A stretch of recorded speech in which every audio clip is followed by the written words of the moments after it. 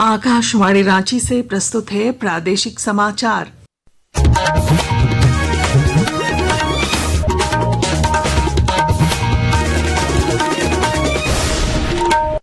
नमस्कार, प्रादेशिक समाचारों के साथ मैं पूनम केरकेट्टा।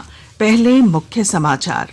विधानसभा के मानसून सत्र के दौरान सत्ता पक्ष और विपक्ष का सदन के बाहर और भीतर जोरदार हंगामा। कार्यवाही भोजनावकाश तक के लिए स्थगित। रिम्स 2 जमीन विवाद मामले में पूर्व मंत्री गीताश्री उरांव समेत 71 के खिलाफ नामजद प्राथमिकी दर्ज। आक्रोश भड़काने और पुलिस पर हमला करने का है आरोप। खनन राज्य मंत्री सतीश चंद्र दूबे ने रामगढ़ के कुजू में जियोलॉजिकल सर्वे ऑफ इंडिया के नवनिर्मित प्रशासनिक भवन और प्रशिक्षु आवासीय सुविधा केंद्र का किया उद्घाटन। झारखंड उच्च न्यायालय के सेवानिवृत्त न्यायाधीश नवनीत कुमार बने राज्य विद्युत नियामक आयोग के अध्यक्ष। राज्यपाल संतोष कुमार गंगवार ने दिलाई शपथ। और केंद्र सरकार ने भगवान बिरसा मुंडा की 150वीं जयंती मनाने को लेकर समिति का किया गठन। प्रधानमंत्री नरेंद्र मोदी खुद करेंगे अध्यक्षता। और अब समाचार विस्तार से। झारखंड विधानसभा मानसून सत्र के तीसरे दिन आज भी सदन के बाहर और भीतर विपक्ष और सत्ता पक्ष का हंगामा जारी है। आज सुबह 11:10 पर सदन की कार्यवाही शुरू होते ही कांग्रेस विधायक दल के नेता प्रदीप यादव ने एसआईआर वापस लेने की मांग की।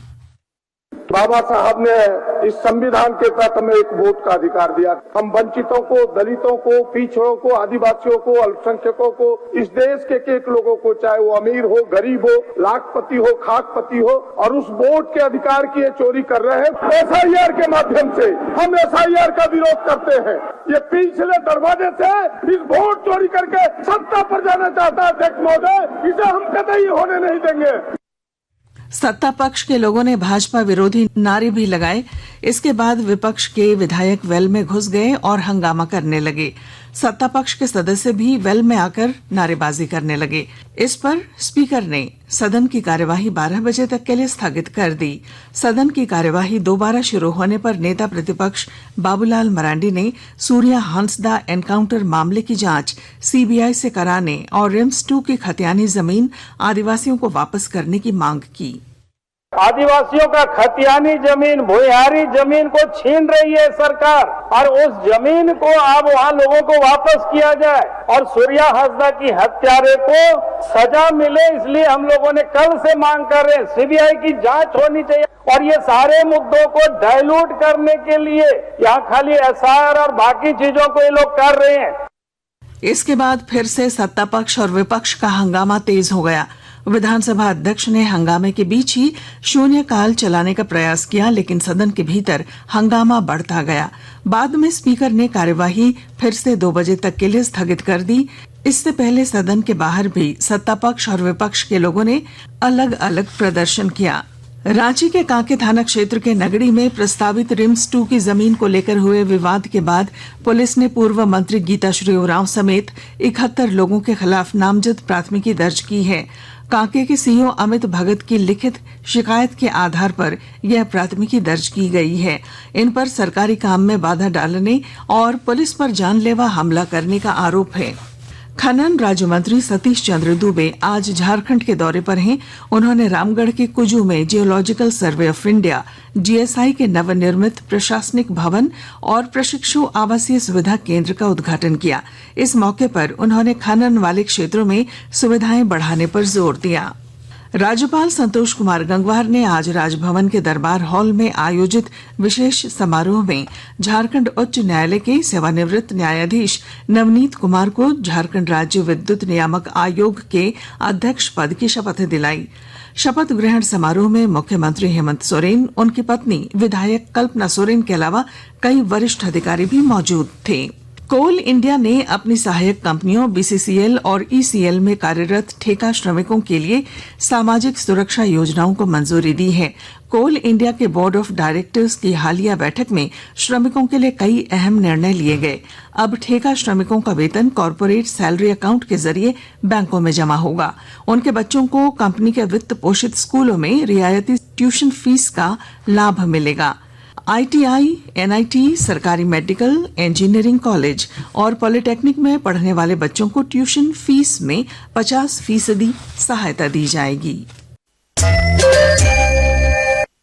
आकाशवाणी के ताजा तरीन समाचारों के लिए आप हमारी वेबसाइट news.on.air.gov.in पर लॉग ऑन कर सकते हैं। ताजा समाचार X handle @AIR news alerts और Facebook page All India Radio News पर भी उपलब्ध है। आप प्रादेशिक समाचार एकांश के एक्स हैंडल @AIR news_रांची और Facebook page Akashvani News Ranchi, Instagram page तथा YouTube channel AIR News Ranchi पर भी हमारे बुलेटिन सुन सकते हैं। प्रादेशिक समाचार आप आकाशवाणी रांची से सुन रहे हैं। केंद्र सरकार ने भगवान बिरसा मुंडा और सरदार वल्लभ भाई पटेल की 150वीं जयंती मनाने को लेकर 2 समितियों का गठन किया है। इसके साथ ही पूर्व प्रधानमंत्री अटल बिहारी वाजपेयी की जन्म शताब्दी पर भी विशेष आयोजन के लिए उच्च स्तरीय समिति बनाई गई है। प्रधानमंत्री नरेंद्र मोदी खुद तीनों समितियों की अध्यक्षता करेंगे। जमशेदपुर में दुर्गा पूजा के दौरान निर्बाध बिजली आपूर्ति के लिए JBVNL की ओर से अभी से पहल तेज कर दी गई है। और जानकारी के साथ हमारे संवाददाता। JBVNL आने वाले दिनों में दुर्गा पूजा के मद्देनजर बिजली वितरण व्यवस्था को दुरुस्त करने के लिए जमशेदपुर के मानगो व करंडी क्षेत्र समेत पूरे गैर कंपनी इलाकों में मरम्मत कार्य शुरू करेगा। पूजा के दौरान बिजली आपूर्ति बेहतर रहे, इसके लिए जर्जर तार, ट्रांसफार्मर, AB स्विच और पेड़ों की डालियों से सटे LT लाइन तार आदि की मरम्मत की जाएगी। JBVNL के महाप्रबंधक अजीत कुमार ने बताया कि दुर्गा पूजा की तैयारी को लेकर विशेष मरम्मत कार्य जल्द शुरू होगा। कुमार कुणाल, आकाशवाणी समाचार, जमशेदपुर। भारतीय जनता पार्टी ने अतिवृष्टि से प्रभावित क्षेत्रों में युद्ध स्तर पर राहत कार्य चलाने की मांग की है। पार्टी के प्रदेश प्रवक्ता प्रतुल शाहदेव ने रांची में पत्रकारों से बातचीत में कहा कि राज्य में इस बार अतिवृष्टि के कारण किसानों को भारी नुकसान हुआ है और सरकार को शीघ्र उन्हें नुकसान से उबारने की पहल करनी होगी।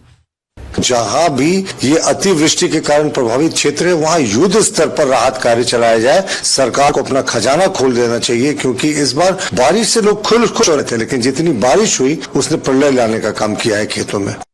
इस बीच सत्तारूढ़ गठबंधन के प्रमुख घटक झामुमो ने कहा है कि अतिवृष्टि से हुए नुकसान को लेकर सरकार संवेदनशील है। पार्टी के केंद्रीय प्रवक्ता मनोज पांडे ने कहा कि किसानों को सरकार की ओर से समय पर हर संभव सहयोग दिया जाएगा। अब समय पर किसानों को राहत भी मिलेगी, समय पर उन्हें हर संभव सहयोग दिया जाएगा। क्या कुछ सरकार कर सकती है, उस समय पर ही करेगी। हम यहाँ लोगों की संवेदनाओं को, समस्याओं को समझते हैं भली भांति।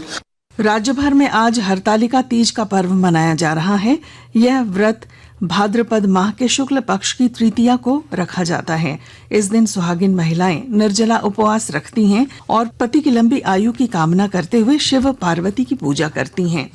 भारतीय शेयर बाजार का सूचकांक निफ्टी 160 अंक गिरकर 24,807 पर कारोबार कर रहा था, जबकि सेंसेक्स 540 अंक गिरकर 81,095 पर कारोबार कर रहा था।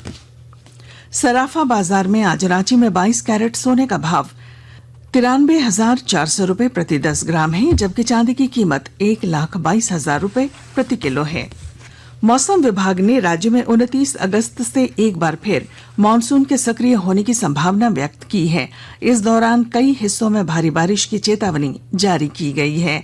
इसे लेकर येलो अलर्ट जारी किया गया है। और अब अंत में मुख्य समाचार।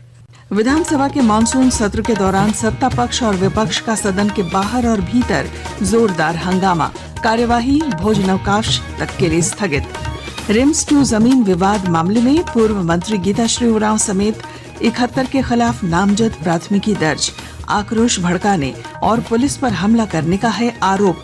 खनन राज्य मंत्री सतीश चंद्र दुबे ने रामगढ़ के कुजू में जियोलॉजिकल सर्वे ऑफ इंडिया के नवनिर्मित प्रशासनिक भवन और प्रशिक्षु आवासीय सुविधा केंद्र का किया उद्घाटन। झारखंड उच्च न्यायालय के सेवानिवृत्त न्यायाधीश नवनीत कुमार बने राज्य विद्युत नियामक आयोग के अध्यक्ष। राज्यपाल संतोष कुमार गंगवार ने दिलाई शपथ। और केंद्र सरकार ने भगवान बिरसा मुंडा की 150वीं जयंती मनाने को लेकर समिति का किया गठन, प्रधानमंत्री नरेंद्र मोदी खुद करेंगे अध्यक्षता। और इसके साथ ही आकाशवाणी रांची से प्रादेशिक समाचार का ये बुलेटिन समाप्त हुआ। अगला प्रादेशिक समाचार बुलेटिन दोपहर 2:55 पर प्रसारित किया जाएगा। नमस्कार।